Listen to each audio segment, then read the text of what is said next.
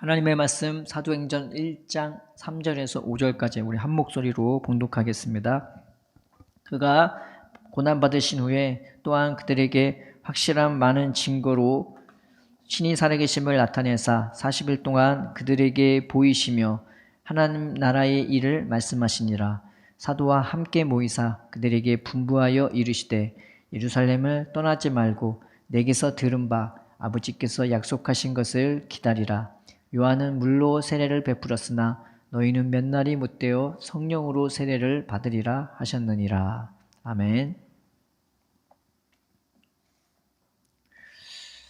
하나님이 이스라엘 백성을 애굽에서 가나안 땅으로 들어가게 하셨을 때 여호수아를 통해서 이 가나안 땅에 들어가게 했습니다. 이게 뭘 의미하냐면은 우리를 믿음의 사람으로 세워지는 것을 의미를 해요. 그래서 어느 땅에 우리를 들어가게 한다 그러는 것은 대부분 우리한테 믿음을 주고 은혜를 주고 사랑을 줘서 내가 하나님의 사람으로 만들어 주는데 거기에 목적이 있는 것입니다. 그래서 목적이 이 믿음이 있다는 게 뭘로 나타나냐면은 내가 그 사람과 함께하고 모든 걸 가까이 하는 걸 의미를 해요. 그래서 그 이스라엘 백성이 애굽에서 나온 다음에 이제 하나님과 어떻게 되냐? 굉장히 가까운 사이가 되어버렸단 말이죠. 그래서 신명기에 보면은 하나님께부터 떠나지 않은 너희들은 다 생존했다고. 결국 하나님이 그들을 광야 생활을 통해서 믿음의 사람들로 만들어 버려 주십니다. 근데 문제는 처음부터 그랬냐? 이제 안 그랬다는 거죠. 하나님이 그들과 함께 하시고 그들의 먹을 걸 책임져 주시고 하루하루를 인도해 주시는데 그 하나님을 목전에 두고서도 이스라엘 백성은 계속 애굽을 바라봤어요.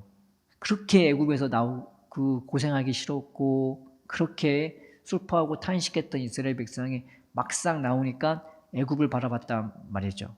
그들이 정말 싫었던 것은 하루하루 괴롭고 고생하면서 살았던 그게 싫었던 거지 마음은 여전히 애굽적인 것을 바라봤던 거죠. 애굽에서 잘 먹었던 것, 애굽의 영화, 북이 영화, 그리고 애굽에서 누리는 그런 문화생활 그런 것들은 너무나 이스라엘 백성이 내려놓지를 못했던 거예요. 그래서 그들은 하나님을 목전에 두고서도 늘 어디를 봤냐면 애굽을 향했습니다. 애굽에서 먹던 것, 애굽에서 누렸던 것 그런 것들만 바라봤던 거죠. 그러니까 하나님이 계속 그들을 칠 수밖에 없었어요. 그래서 믿음을 얘기할 때는 항상 뭘로 얘기하냐면 정금으로 얘기를 합니다. 믿음은 정금. 정금이라는 것은 순수한 금, 100%의 금을 얘기하는 거거든요. 물론 세상에 그런 금은 없지만은 하나님은 우리를 그렇게 만들어 주시는 거거든요. 그래서 그 믿음을 주시기에 믿음을 어떻게 하냐면 친단 말이죠.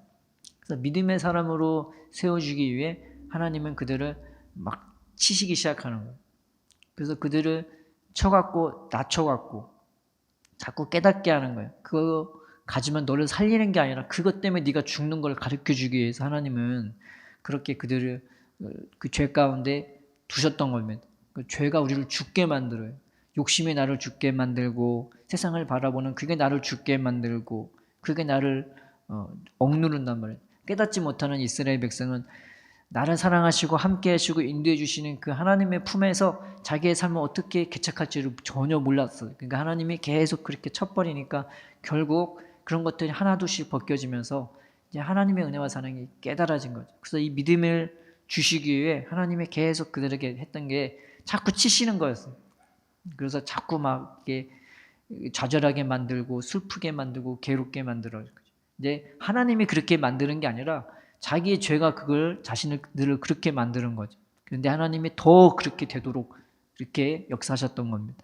그래서 하나님이 그들을 눈을 뜨게 하시고 귀를 열어주면서 내 곁에 계신 하나님이 얼마나 나를 가장 많이 사랑하고 아끼는지 그것이 내 생명이 되고 힘이 되고 양식이 되고 부유함이 되는지 깨닫게 해주셨단 말이죠. 그래서 결국 그 여호수아를 통해서요 그들이 믿음의 사람으로 굳건하게 서게 돼요. 그래서 그 땅에 서게 됐을 때에 그들이 가나안 성들을 정복하기 시작했던 겁니다.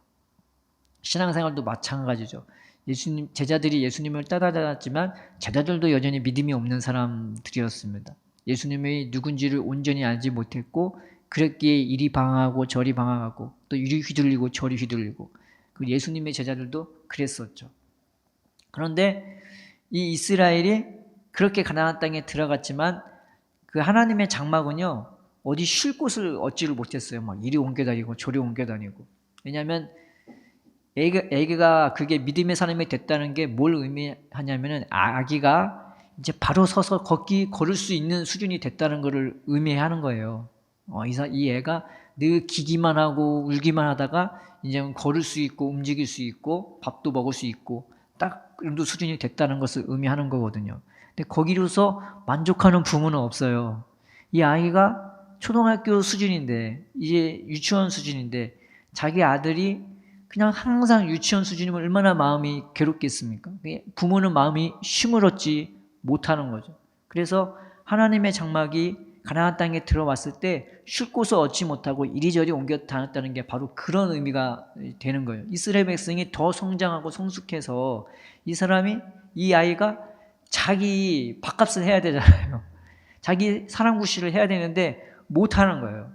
계속 방황하고 사춘기 계속 사춘기고 이리저리 막 세상 것만 바라보고 저리 맞고 저리 쳐맞고 이리저리 움직였던 게 이 이스라엘의 모습이었답니다.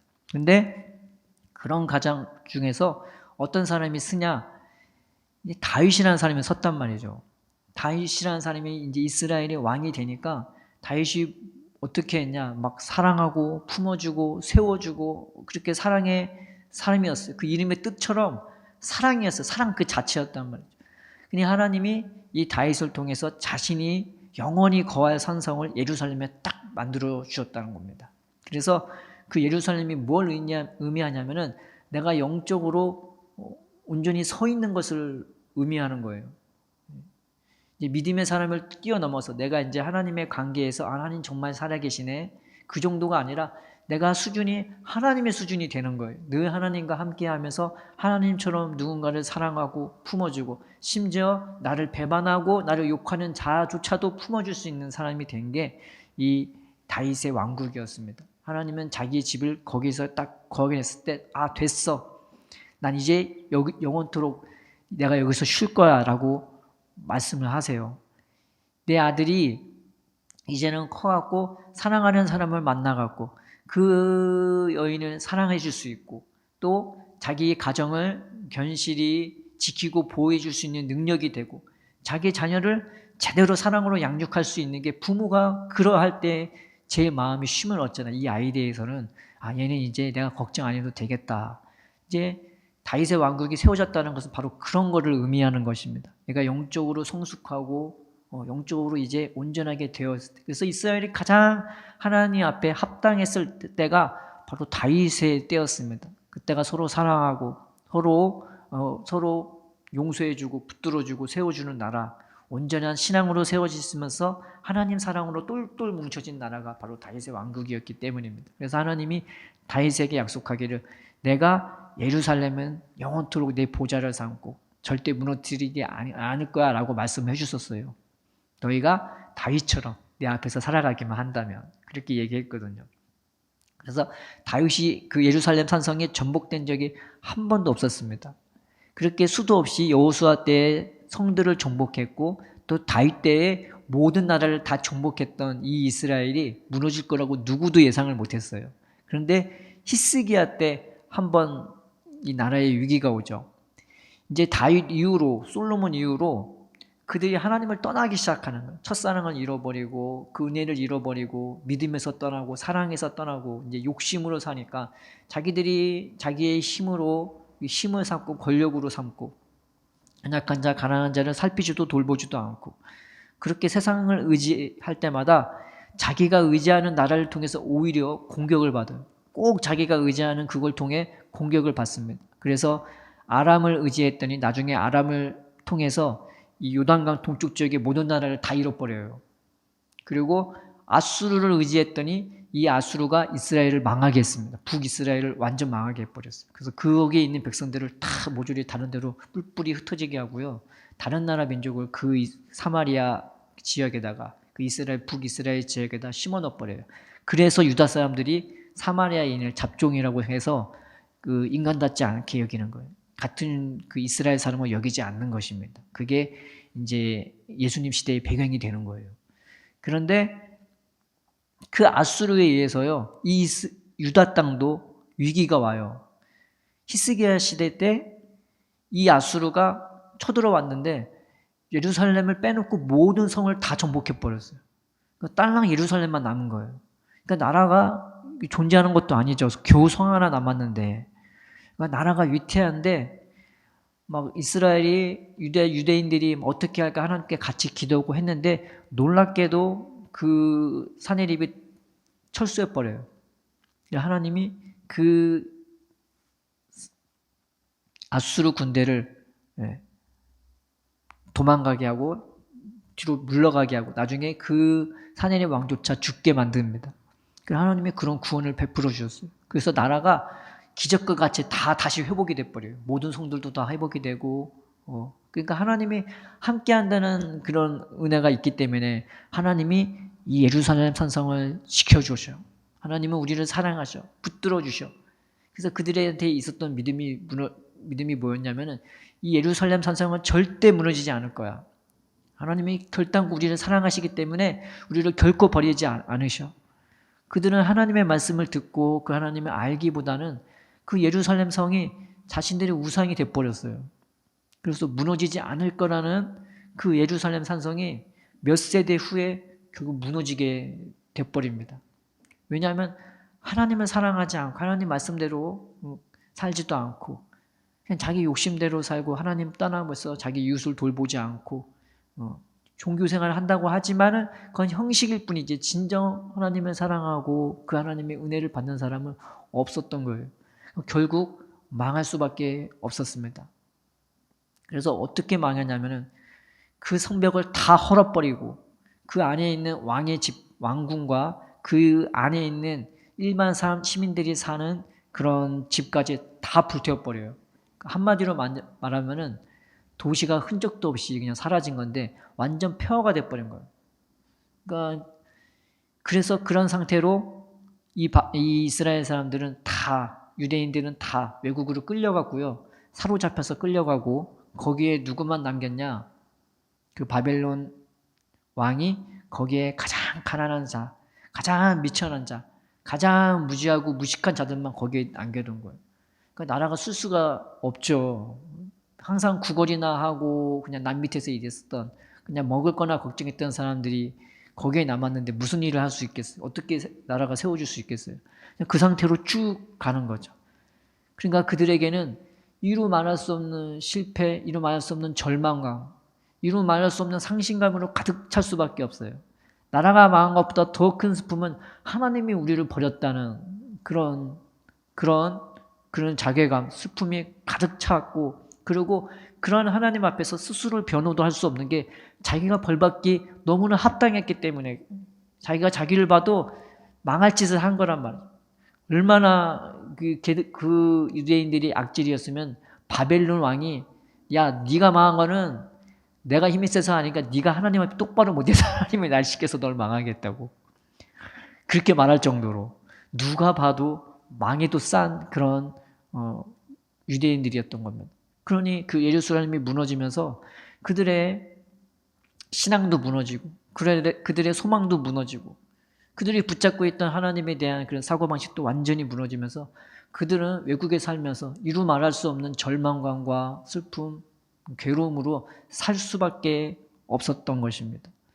놀랍게 하나님은요, 그들이 그렇게 하나님을 떠날 것을 알았어요. 또 그렇게 망할 것을 알았어요. 그래서 모세를 통해서 너희가 나중에 망해서 다른 나라로 끌려가게 될 거라고.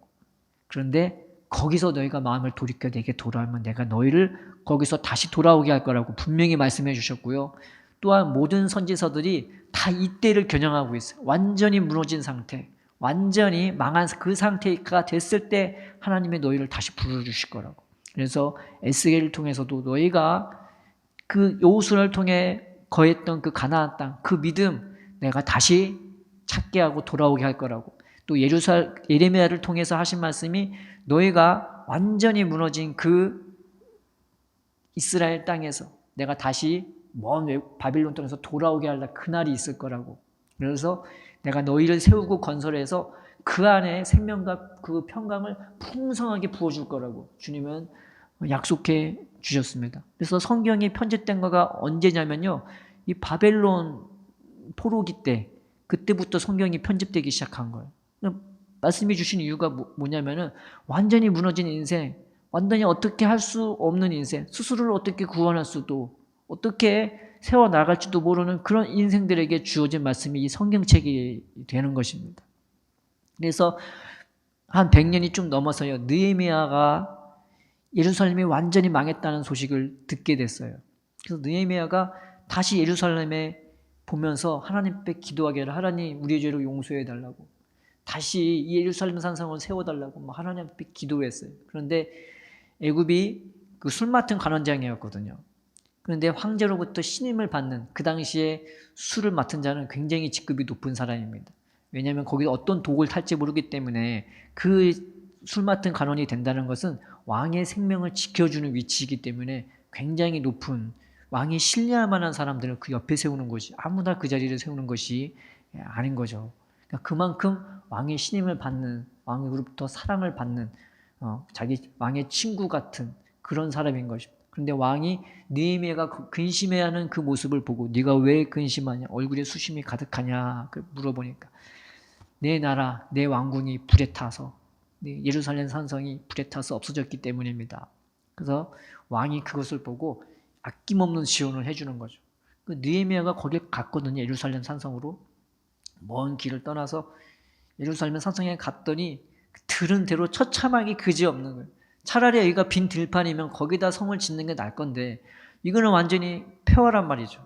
벽은 다 무너져 있고, 밤에 몰래 짐승을 타고 옛 문으로, 옛에 문이 있었거든요. 성문이 종류가 많잖아요. 뭐 마문이 있고, 뭐 동문이 있고, 어문이 있고, 샘문이 있고 있는데, 그 문으로 들어가려고 하는데 짐승을 타고 들어갈 수 있는 그 자리가 안 되는 거예요. 폭이 너무 좁아갖고 무너져갖고. 그러니까 짐승을 타고 내려서 혼자 들어갈 수밖에, 그 벽을, 무너진 성을 위로 올라타고 지나갈 수밖에 없었던 아주 처참하게 그지없는 예루살렘 산성이었습니다. 말이 예루살렘이지 그거는 과거의 영광일 뿐이지, 현재에 있는 사람들에게는 예루살렘은 실패의 상징이고 정죄의 상징이고 어떻게 세울 수도 없는 그런 막연한 성일 수밖에 없는 거죠. 근데 놀랍게 느헤미야가 하나님이 주신 소망을 붙잡고 제사장들과 함께 모여서 이 성을 건축하기 시작한 거예요. 다시 돌아온 사람들, 사로잡혔다가 하나님께만 소망을 두고 다시 돌아온 그 사람들과 함께, 대부분의 제사장들 그리고 유대인들, 베냐민 족속과 함께 이 성을 건축하기 시작합니다. 완전히 무너졌던 그 성임에도 불구하고 그 성이 52일 만에 건축이 돼버려요. 주위에서도 이걸 막으려고 막 공격하고 이간질하고 막 계속 시험하고, 내가 너 죽이러 간다, 내가 가만 안 놔둔다, 협박하고 공갈 협박을 다함에도 불구하고 이 성벽이 52일 만에 완공이 돼버려요. 얼마나 기뻤겠습니까? 그렇지만 그 성벽이 예전만 했겠어요? 예전만 분명히 못했을 거예요. 52일 만에 급조된 성벽이기 때문에. 그렇지만 그 느헤미야와 함께 이 성을 세운 사람들은 이루 말할 수 없는 기쁨으로, 말할 수 없는 감사로, 찬양으로 성벽 봉헌식을 하게 되는 거죠. 그래서 두 부류로 이렇게 딱 나눠갖고요, 한쪽으로 시작해갖고 이 성을 한 바퀴 똥 도는 거죠. 성벽 위로. 그래서 찬양하면서 그 성을 한 바퀴 확 돕니다.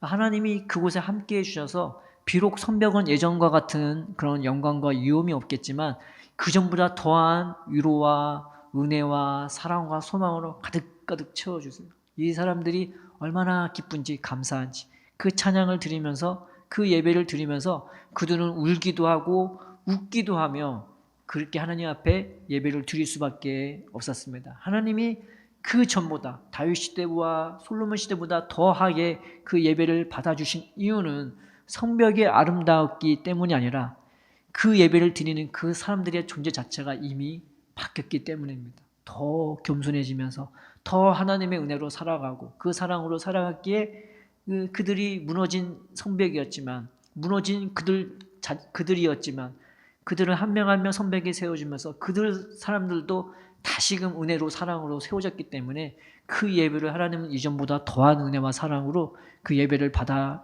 주셨던 것입니다. 오늘 본문의 3절에서 5절에 나오는 제자들의 모습도 똑같았어요. 완전히 무너질 대로 무너진 제자들의 심령 상태였습니다. 십자가에 못 박히기 전에 제자들은 나는 예수님을 위해서 내 목숨도 드리겠다고, 나는 예수님을 위해서 내가 예수님의 수제자고 예수님 옆자리는 내 자리라고 그래서 자기들이 예수님을 지키는 줄 알았고 자기들이 예수님을 보호하는 그 수용원인 줄 알았고 또 자기만이 예수님을 향한 열심이 제일 크다고 생각했고 그러기에 예수님의 제자 중에 제자는 나라고 예수님이 십자가에 못 박히게 할 뿐도 아니라 예수님이 그 십자가를 당한다면 나도 그 십자가를 지고 주님을 따르겠다고 호언장담했던 제자들이었습니다. 그런데 막상 예수님이 십자가에 못 박히자 이 제자들의 모습은 온데간데 없어져 버린 거예요. 그렇게 예수님을 위해서 죽겠다고 했고 그렇게 예수님의 사랑과 은혜를 보고 기적을 보고 말씀을 들으면서 깨닫는 것 같았지만 막상 현실의 벽에 부딪히니까 여지없이 무너져 버린 이 제자들의 모습이었던 거죠. 그래서 나중에 보면은 제자들이 예수님이 찾아와도 제자들이 바로 기뻐서 뭐 어떻게 할 줄을 모르는 게 아니라 기쁨 이면에 주님 앞에 온전히 나아가는 머뭇머뭇거리는 제자들의 모습이 보이는 이유가 바로 이런 이유인 것입니다. 그렇게 예수님을 위해서 죽겠다고 했던 제자들의 모습이었지만 십자가 고난을 당한 이후부터 제자들은 어떻게 바뀌었냐면 죽을까 겁내하고 잡힐까 겁내하고 누구 눈에 띌까 겁나서 문 닫고 두려워 돌벌벌 떨던 모습들이 제자들의 모습이었던 것. 양처럼 떨 수밖에 없는 이 제자들의 모습이 얼마나 자기 보기에도 얼마나 우스웠겠어요. 이런 내가 예수님을 지킨다고? 이런 내가 예수님을 위해서 십자가 친다고? 그러니까 이 제자들의 모습은 그냥 자기 스스로에 대해서도 완전히 무너져 버린 거죠. 예수님이 왔을 때, 다시 찾아왔을 때 그 예수님이 기쁘기도 했지만 여전히 연약한 자신의 모습 때문에 선뜻 예수님 앞에 나서지를 못하는 것입니다. 그 정도로 제자들의 심령 상태가 이제 낮아진 상태였고 깨어진 상태였고 무너진 상태였던 것입니다. 예수님의 수제자는커녕 내가 예수님의 제자라고 말도 못하는 거죠. 이게 바로 제자들의 상태였습니다. 그런데 예수님이 그 제자들 가운데 계속 나타나 주시는 거예요. 40일 동안 나타나 주셨다고 보여주시고 말씀해 주시고 같이 교제해 주시는 거죠. 심지어 예수님의 제자들을 자기 제자락을 넘어서 내 형제라고 말을 해주세요. 세상에서요, 세상의 논리는 그렇잖아요. 한번 배반하면 사람은 거의 상종을 안 하죠. 사람 취급도 안 해버립니다. 근데 예수님은 그 제자들에게 나타나 주셔서 이 제자들을 완전히 무너진 이 제자들을 한 명 한 명 붙잡아 주시고 말씀해 주시고 못 박힌 손과 창에 찔린 옆구리와 또 못에 박힌 이 발을 머리 끝에서부터 발끝까지 다 보여주시면서 그들과 식사 교제를 하세요. 이 먹을 게 있으면 사람이 참 약간 그 분위기가 달라지잖아요. 그냥 말하는 거하고 먹을 게 있으면서 교제하는 걸 완전히 다르거든요. 차 한 잔만 있어도 분위기가 좀 약간 누그러지잖아요. 그래서 예수님은 그렇게 제자들을 마음을 누그러뜨리세요. 먹을 것을 나누면서 음식을 나누면서 음료를 나누면서 이 제자들의 마음을 어루만져 주시고 또 어루만져 주시고 또 어루만져 주셨던 것입니다.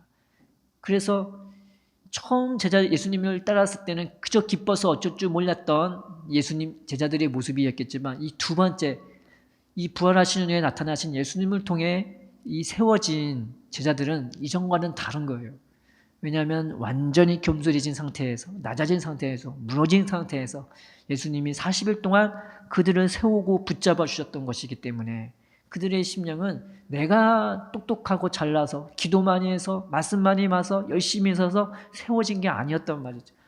주님이 나타나시고 붙들어주시고 또 붙들어주셔서 완전히 무너진 상태에서 나 자신조차 자신을 신뢰할 수 없는 그런 완전히 무너진 상태에서 제자들이 그들을 붙잡아주고 또 붙잡아주니까 그들은 그렇게 은혜의 사람으로, 겸손의 사람으로, 믿음의 사람으로, 그리고 사랑의 사람으로 세워줄 수밖에 없었던 것입니다.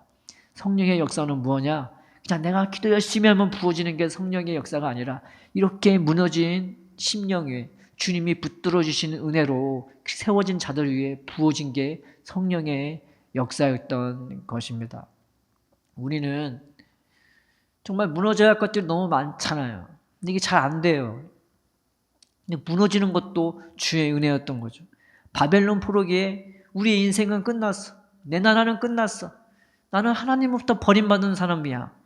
내 인생은 이제 이것밖에 없는데 세상에서 찌꺼기 취급받고 세상에서 업신여김 받고 이방인들에게조차 손가락질 받는 게 우리 유대인들의 모습이었던 거예요. 얼마나 자괴감이 컸겠어요. 그런데 다시금 돌아와서 성벽이 세워지고 그 위에서 예배를 드릴 때에 그들이 깨달은 게 뭐냐면 무너지는 것도 주님의 은혜인 것을 그들은 깨달은 것입니다. 세상은 무너지면 끝이지만 이스라엘은 무너짐을 당했지만 다시금 하나님의 부르심을 받았고 다시금 하나님의 은혜로 세워졌기 때문입니다. 그래서 예수님의 제자들이 이 성령의 역사가 임하기 전에 그 십자가와 함께 무너짐을 당했던 거예요. 그게 은혜였던 거였어요. 그리고 다시금 세워진 것도 주님의 은혜였고 그 위에 성령을 부어주신 것도 주님의 은혜였던 것입니다. 우리에게는 이런 은혜가 필요합니다. 하나님, 내 속에 무너져야 할 것들이 너무나 많이 있습니다. 세상 욕심도 그렇고 내 교만도 그렇고 여전히 하나님을 알지 못하고 하나님을 바라보지 못하고 여전히 내 힘으로 내 능력으로 그냥 나도 모르게 살아가는 그 모습, 내가 내 힘으로 안 되는 무너져야 할 것들이 너무나 많이 있습니다. 주님, 이 말씀을 통해 기도를 통해 찬양을 통해 또한 내 삶의 여러 가지 모습을 통해 저 햇빛을 통해서라도 내 안에 있는 것들이 다 무너지게 해달라고, 내게 은혜를 베풀어 달라고. 하나님, 그러나 내가 세워져라 한 것도 나는 주님의 은혜가 필요합니다. 하나님, 내가 기도할 때 찬양할 때 말씀 들을 때에 주님 내게 찾아와 주셔서 나를 세워달라고, 그리고 내 안에 성령을 부어달라고, 어루만져진 이 심령 위에 부어주신 성령의 역사로 이전과는 다른 겸손으로 기쁨으로 감사함으로 참된 믿음의 사람, 순종의 사람, 사랑의 사람이 될 수 있게 해달라고 우리가 기도했으면 좋겠습니다. 하나님은 이 은혜를 우리에게 베풀어 주시기를 원합니다. 진정한 성령의 역사는 그저 기도하면 성령 받는다는 그런 논리로 부어졌던 게 아니라 이렇게 완전히 무너졌던 제자들의 심령 위에 주님이 붙들어 주시고 위로해 주시고 또 위로해 주시고 세워 주시면서 내가 너를 위해 십자가에 못 박혔다고, 네 연약하고 약한 건 내가 더 잘한다고, 그래서 그런 사람을 안아주고 품어주면서 세워주셨던 주님의 그 사랑 위에 부어주셨던 성령의 역사였던 것입니다. 우리가 기도하면 성령 받는 논리를 붙잡는 게 아니라 하나님, 내 안에 무너질 것은 무너지고 세워질 것은 세워져서 그 위에 성령의 역사로 내게 부어달라고, 그래서 내 삶이 하나님이 받으시는 향기로운 제사가 되게 해주시고 내가 이제 믿음의 선한 싸움을 싸울 수 있게 해달라고, 그래서 하나님의 기쁨으로 주님과 동행하는 삶을 살 수 있게 해달라고 기도하는 우리가 되었으면 좋겠습니다. 그래서 일주일 삶을 사는 동안, 하루하루에 사는 동안, 평생을 사는 동안 늘 은혜로 성령으로 충만한 자가 되기를 주의 이름으로 축원드립니다. 오늘이 성령 강림 주일이거든요. 그래서 이 메시지를 전했습니다. 우리 잠깐 기도할게요. 살아계신 하나님 아버지, 우리는 교만도 겸손도 감당하지 못합니다. 그리고 주님이 우리에게 가지라고 하시는 믿음도 소망도 사랑도 온전히 감당하지 못합니다. 그래서 우리에게는 무너지는 은혜도 필요하고 세워지는 은혜도 필요합니다. 우리는 너무나 연약한 존재들이기에, 너무나 완악하고 또 너무나 연약하고 무지한 존재들이기에 그 제자들에게 나타나신 주님의 손길이 필요합니다. 주님, 하루하루 살 동안 우리를 붙들어 주시옵소서. 우리를 찾아와 주옵소서. 우리를 세워 주시옵소서. 그 위에 우리가 주님을 바라보고 기도하고 간구할 때에 하나님 성령으로 충만하게 부어주셔서 우리가 오늘 하루 주님의 은혜로 살고 주님의 사랑으로 살고 저 하늘에 대한 소망으로 살아갈 수 있도록 주님 우리를 불쌍히 여겨 주시옵소서. 감사하며 예수님의 이름으로 기도드립니다. 아멘.